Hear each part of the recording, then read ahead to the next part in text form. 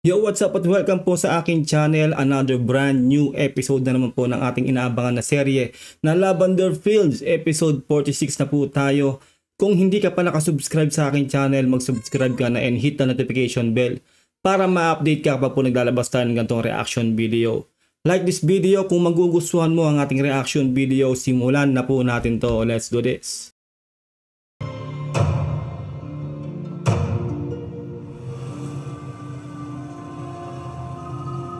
Ano pang info na nakuha mo sa nangyari?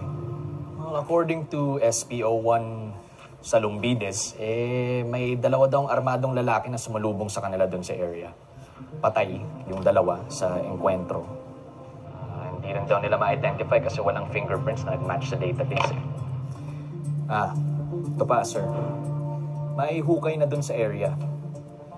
I think ililibing na dapat tong si Stephanie Jacinto. Tapos pagkatapos nun, saka na lang isusunod si Lance Atienza.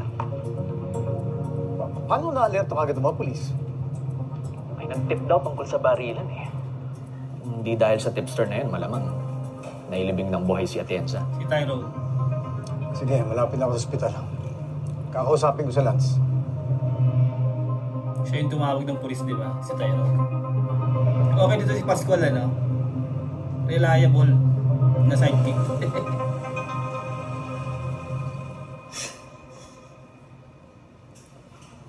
Lily, Lance is a fighter.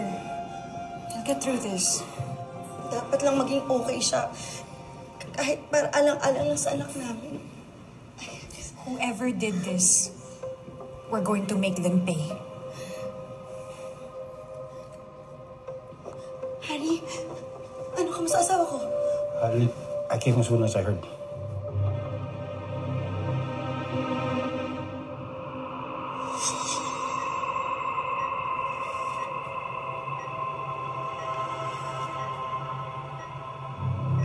May ginawa siya kaya bilang na ano, no?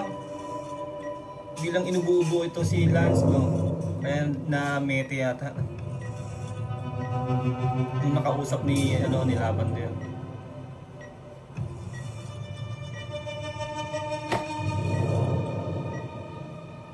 Sabi na eh.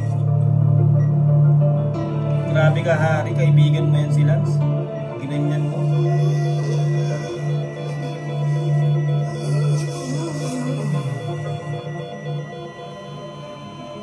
Enjoy the ride, pare. Grabe siya, no? Lily. I'm sorry. Bakit, Harry? Wala na siya, Lily.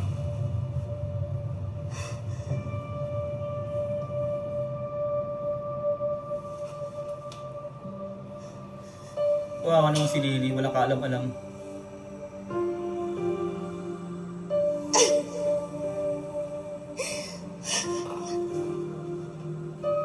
Ay, nako, Iris. Nako.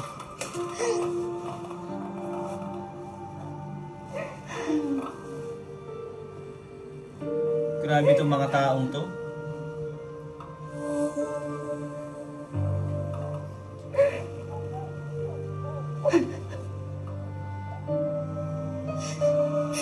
Wala na si Lance.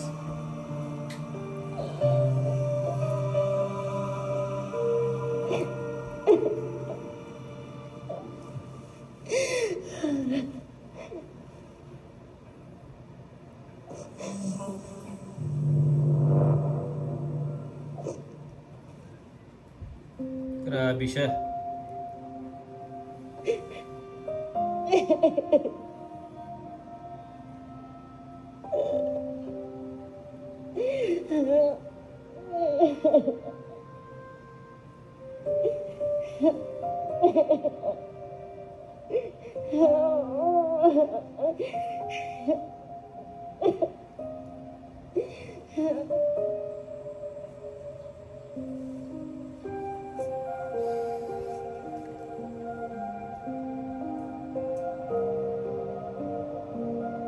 Alam niyo na kaya na wala na si Lance?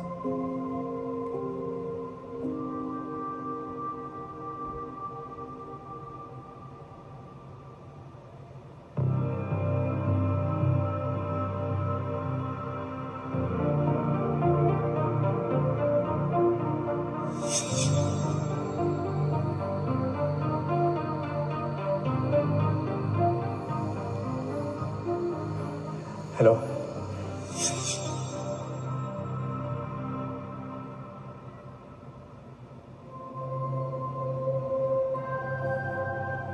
Tapos yun yung scene na yun.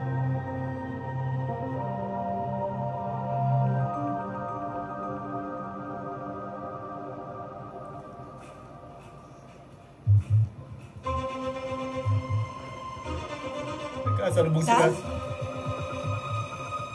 Iris, hi. What are you doing here? Nagpa-check up.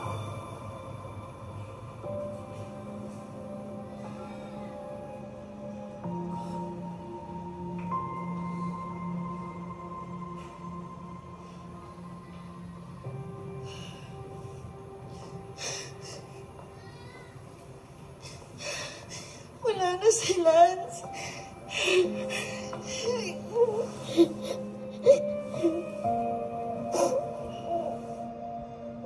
Wala na yung asawa ko.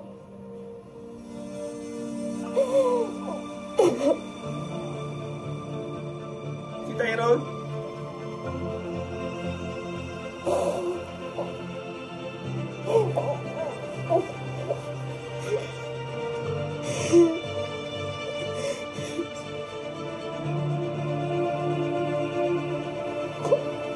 Lily, excuse me sandali. I just have to make an urgent phone call, ha?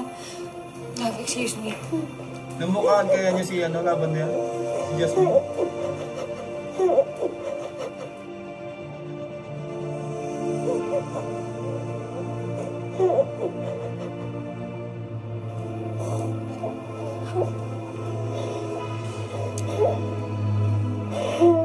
Grabe tong seryeng to, nakakabitin. Sumunod yung mga polis, kinuha nila si Lance. Kaya alam ko na buhay si Lance. Sumunod ako dito. Siyempre dapat tapusin ko yung trabaho. Hindi naman pwede ilalaglag kayo ni Lance.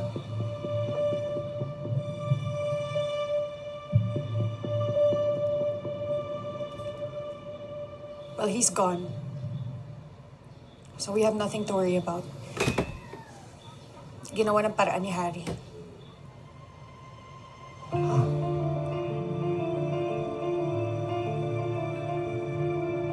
Okay.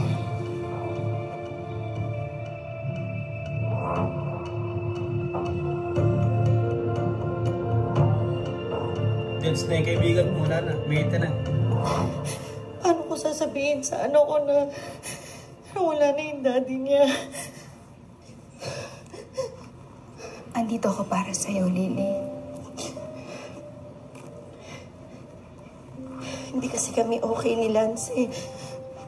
Meron kaming hindi pinagkakasunduan. Umalis siya ng bahay, tapos hindi pa siya umuwi. Pero umaasa ako na uuwi na siya, na magkakaayos kami, na magkakasundo kami ulit. At magiging okay lahat. Pero hindi na mangyayari yun. Hindi na mangyayari yun.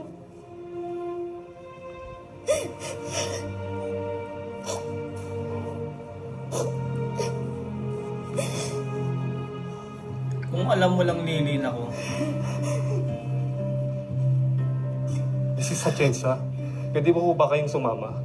Kakausapin lang namin kayo.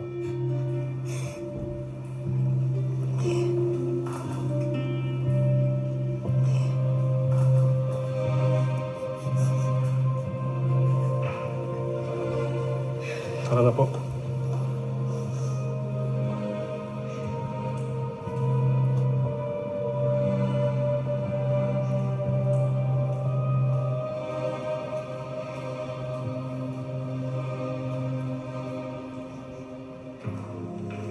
At least alam nyo na, di ba? Nasabi nila sa kanya bago nawala.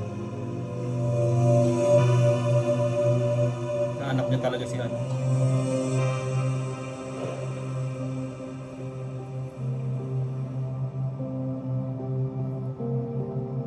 Chip! Nandiyan ka pala. Pogi, no? Ang ganda ng gupit. Mag-usap nga tayo.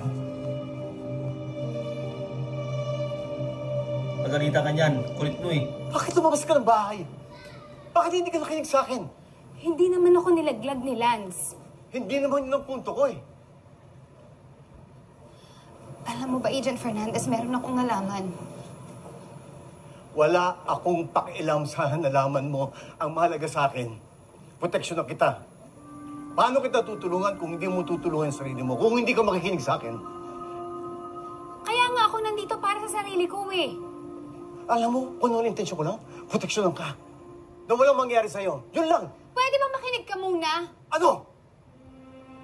Kailangan kong malaman ng katotohanan tungkol sa anak ko. Wala akong pakialam kung ang tingin mo sa akin makasarili. Alam mo ba kung anong nalaman ko? Kung anong sinabi ni Lance? Kung bakit napunta ang anak ko sa mga Atienza? Dahil nung araw na nanganak ako, natagpuan ako ni Lance. Kinuha niya yung bata. Kinuha niya yung bata kapalit nung namatay na anak nila ni Lily. Si Lily hindi niya alam na si Camila hindi niya tunay na anak. Tama. Agent Fernandez, please, nakikiusap ako. Kailangan nating mabawi yung bata. Kailangan nating mabawi yung anak ko.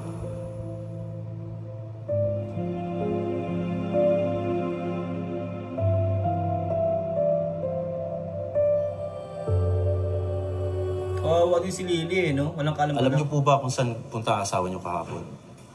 Meron po ba siyang kagalit? O may kilala kayong tao na may motibo para saktan siya? Wala. Ma'am, kilala niyo ba ang babaeng ito? Pasensya na po, hindi ko kayo matutulungan sa ngayon. Hindi ko pa rin matanggap yung nangyari sa asawa ko eh. Hindi ko matanggap. Pwede ba sa susunod na kayo magtanong? Sige, ma'am. Tara. Stephanie yun, di ba? Lily, don't say anything. Let Dad handle it.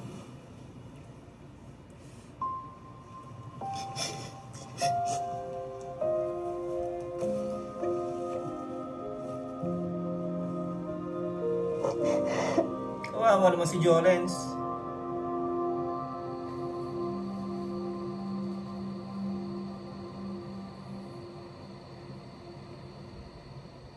Maraming salamat sa pag-alaga mo kay Jasmine.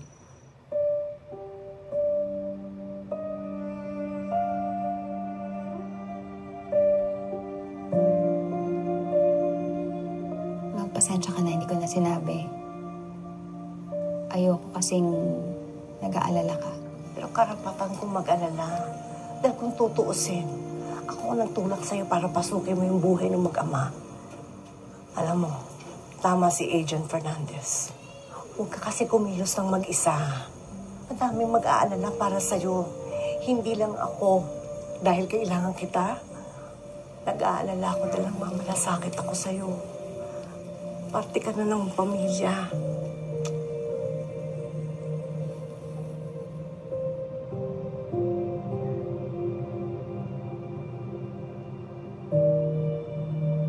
Lahat talaga may concern kay Lavender, no? Lalo to si Mamita.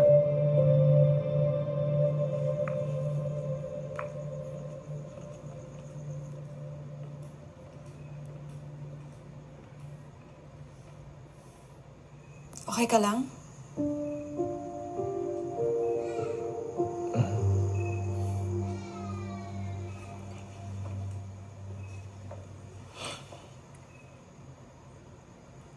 You're not okay. You can tell me. Ano bang iniisip mo? Si Lance. Natatakot lang ako.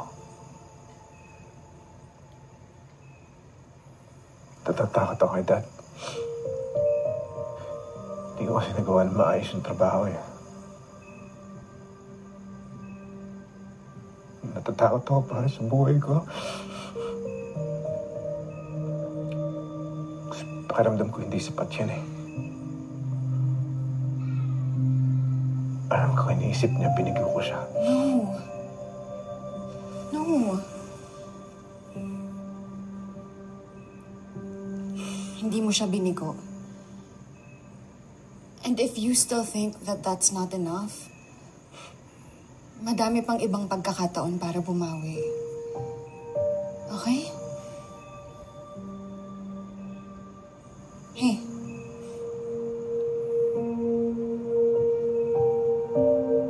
Ang galing ng technique ni no? Ni Tyrone, no? Nagpapaawa kay Iris. Ang galing ng utak niya, no? Ang galing niya magpanggap yung si Tyrone.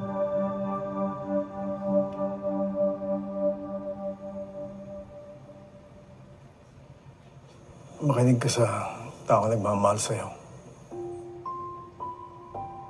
Tinuturing kang parang tunay na anak. At kung meron ka pang binabalak gawin, paalam mo sa akin. Dahil may mission din akong gagawin. Ayoko magkabanggaan tayo. Naiintindihan ko, Agent. Importante sa'yo yung mission mo para sa anak mo at para sa asawa mo. At ikaw, importante rin ang tulong mo sa akin. Para sa nanay ko at sa anak ko. Basta huwag mo lang kakalimutan at pagkasunduan natin.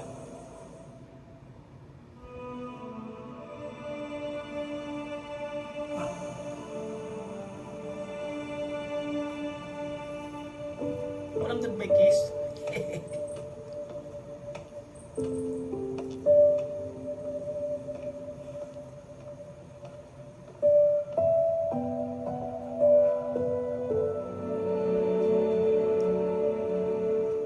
Ang tagal nila magkita ni Tyrone, no?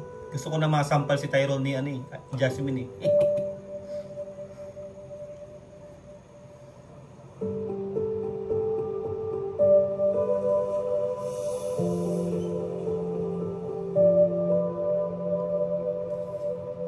May ganon? In love na?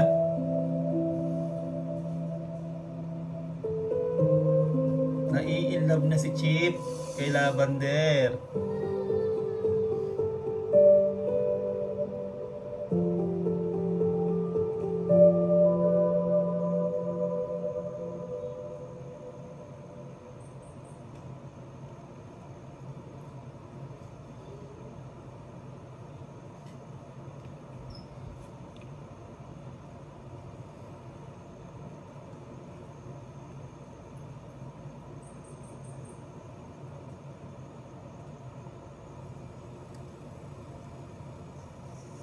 Napansin ko parang nagpapahiwatig sa'yo si Agent Fernandez. Pareho kayo namatayan, di ba?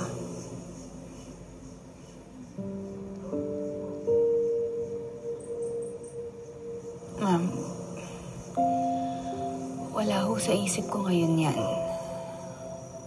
Ang mahalaga sa akin ngayon, malinis ko ang pangalan ko at mapawi ko ang anak ko. At katuwang mo si Agent Fernandez sa mission mo yan, hindi ba? Correct. Tapatin mo nga ako, Jasmine. Wala ka pa nararamdaman kay Agent Fernandez kahit nakatiting? Pagkatapos ang ginawa sa akin ng hayop na Tyrone na yun, hindi ako magpapaloko, ma'am. Hindi na ako magtitiwala ng gano'n. Sana, huwag mo muna isara yung puso mo. Dahil sa nakikita ko, parang sincero siya sa'yo eh. Tama. Ang mabait naman, mapagkakatiwalaan, maaasahan.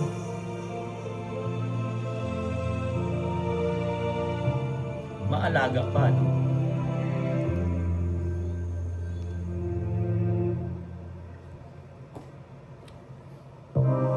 Ayun na. Hinahanap rin talaga niya si Jasmine.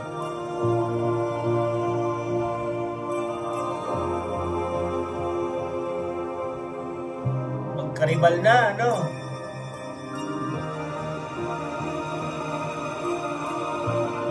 Kay Chip tayo, kay Chip. Ang mahalaga, wala na si Lance. Kailangan mo tanggapin na wala na talaga si Daddy. No! Camila! May kwento si Tita Love for you. meron din akong daddy. Pero yung daddy ko, hindi ko alam kung nasaan. Pero kailangan maging matatag si Tita Love. Kailangan maging brave. Sila ang pamilya ko. Babalik na ako sa pamilya ko. Lalayo ko na sila sa lugar na to. Okay. Lilitaw na ang tatay.